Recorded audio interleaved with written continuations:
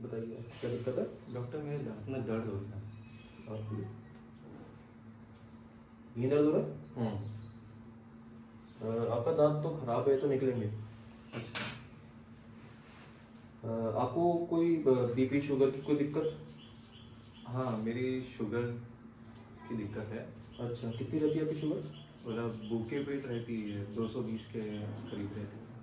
220? ये तो बहुत ज़्यादा है। देखिए, मैं इस लेवल पर दांत निकाल नहीं पाऊंगा। आप अपने फिजिशियन से जाके पहले कंसल्ट करिए, है ना। उनको बोलिए कि अपनी आपकी जो दवाइयाँ हैं उनकी डोज बढ़ाएं। उसके बाद आपका जो शुगर लेवल है कम होगा, उसके बाद ही मैं आपका दांत निकाल पाऊँगा, उससे पहले नहीं निकाल पाऊँगा। क्योंकि क्या, मैं निकाल दूंगा तो खून नहीं रुकेगा और जो घाव है उसको भरने में बहुत ज़्यादा टाइम लगेगा, तो इसलिए मैं अभी दांत नहीं निकाल पाऊंगा। देखिए, डेली क्लिनिकल प्रैक्टिस में ऐसे बहुत सारे पेशेंट आते हैं जिनको शुगर की प्रॉब्लम होती है। उसमें अपने को क्या क्या ध्यान रखना चाहिए एज ए डेंटिस्ट? अगर किसी पेशेंट को शुगर है तो अपने को उसका पहले शुगर लेवल चेक करना चाहिए कि अगर शुगर लेवल 180 mg पर DL के ऊपर है तो अपन उसको एक्सट्रैक्शन एडवाइस नहीं कर सकते। क्यों? क्योंकि पहली दिक्कत है, अगर किसी पेशेंट को शुगर है तो उसका खून नहीं रुकेगा, जो क्लॉट है वो फॉर्मेशन में बहुत देर लगाएगा। दूसरी चीज, जो उसका घाव है वो भरने में बहुत टाइम लगाएगा, हील होने में बहुत टाइम लगाएगा।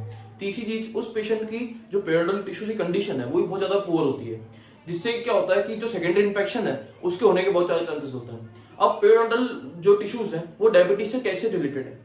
अगर किसी पेशेंट को डायबिटीज है तो उसमें जो पेरियोडल डिस्ट्रक्शन होगा, जो पेरियोडल टिश्यूज का जो डिस्ट्रक्शन होगा, वो एफिशिएंसी वो बहुत ज्यादा हो जाएगी। यानी कि एक आम आदमी में अगर कोई बैक्टीरिया 10% डिस्ट्रक्शन कर रहा है तो डायबिटीज कंडीशन में वो बहुत ज्यादा करेगा।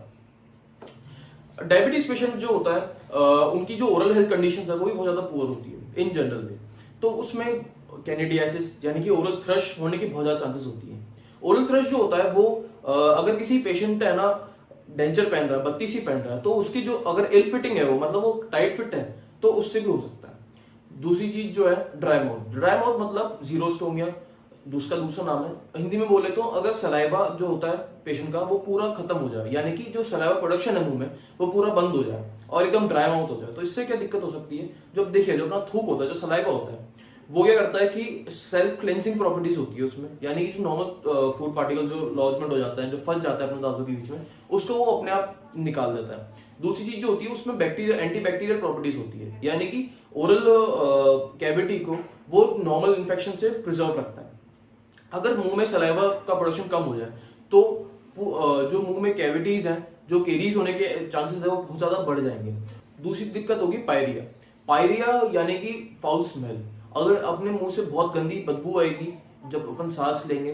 क्यों? क्योंकि अंदर सलाइवा नहीं है, तो जो सल्फर वॉलेटाइल कंपाउंड्स है उनका प्रोडक्शन बहुत ज्यादा हो जाएगा। कैलकुलस बहुत ज्यादा हो जाएगा। कैलकुलस मतलब जो गंदगी जमा होती है अपने दांत में वो बहुत ज्यादा होगी। क्यों? क्योंकि वहां पर कुछ क्लेंजिंग नहीं हो रही ना, उसकी क्लीनिंग नहीं हो रही उसकी प्रॉपर्ली। और दूसरी चीज ये कि जो शुगर लेवल बढ़ा हुआ है उससे क्या होगा, बैक्टीरिया और ज्यादा अट्रैक्ट होंगे और ज्यादा इन्फेक्शन कॉज करेंगे। इसलिए अपने को डायबिटीज पेशेंट में ये चीजें ध्यान रखनी चाहिए किसी भी डेंटल ट्रीटमेंट करने से पहले।